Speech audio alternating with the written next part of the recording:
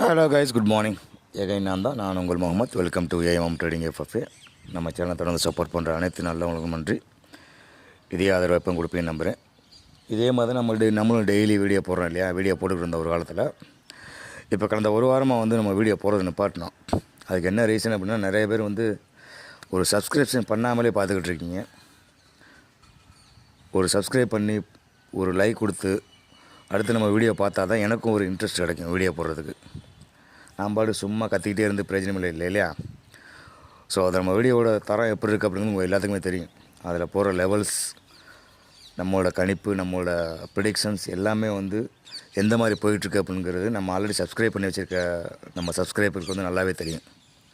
புதுசாக பார்க்குறவங்க யாரும் சப்ஸ்கிரைப் பண்ணால் பார்த்துக்கிட்டீங்க இல்லையா? அவங்களுக்காகத்தான் நான் உள்ளான வீடியோ போடாமல் இருந்தேன்.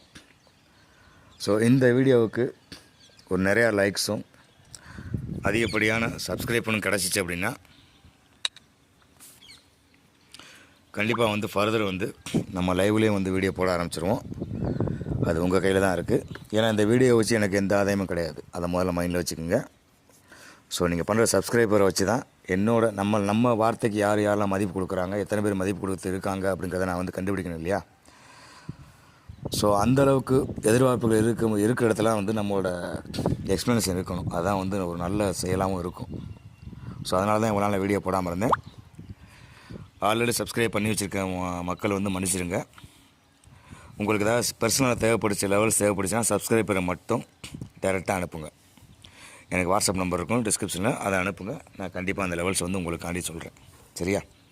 எனிஹவ், இன்றைக்கி வீடியோக்குள்ளே போயிடலாம். ஃபர்ஸ்ட் ஆஃப் ஆல் குளோபல் மூவ்மெண்ட்டை பார்த்துட்டு அப்புறம் போகலாம். ஃபஸ்ட்டு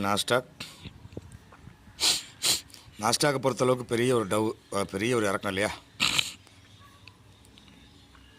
இதுமாதிரி கொண்டு இறங்குமா அப்படின்னு கேட்டிங்கன்னா கண்டிப்பாக இறங்குறதுக்கு பாசிபிலிட்டிஸ் இருக்குது.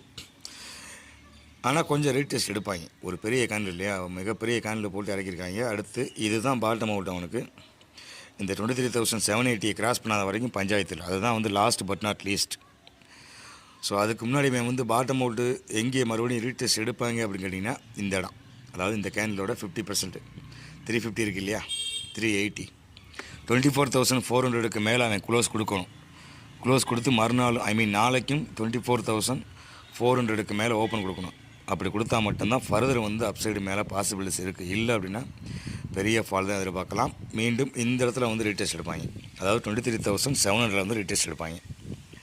இதுதான் last but not least. So குளோபலை பொறுத்தளவுக்கு டவுன் சைடு பாசிபிலிட்டிஸ் இருக்கிறது.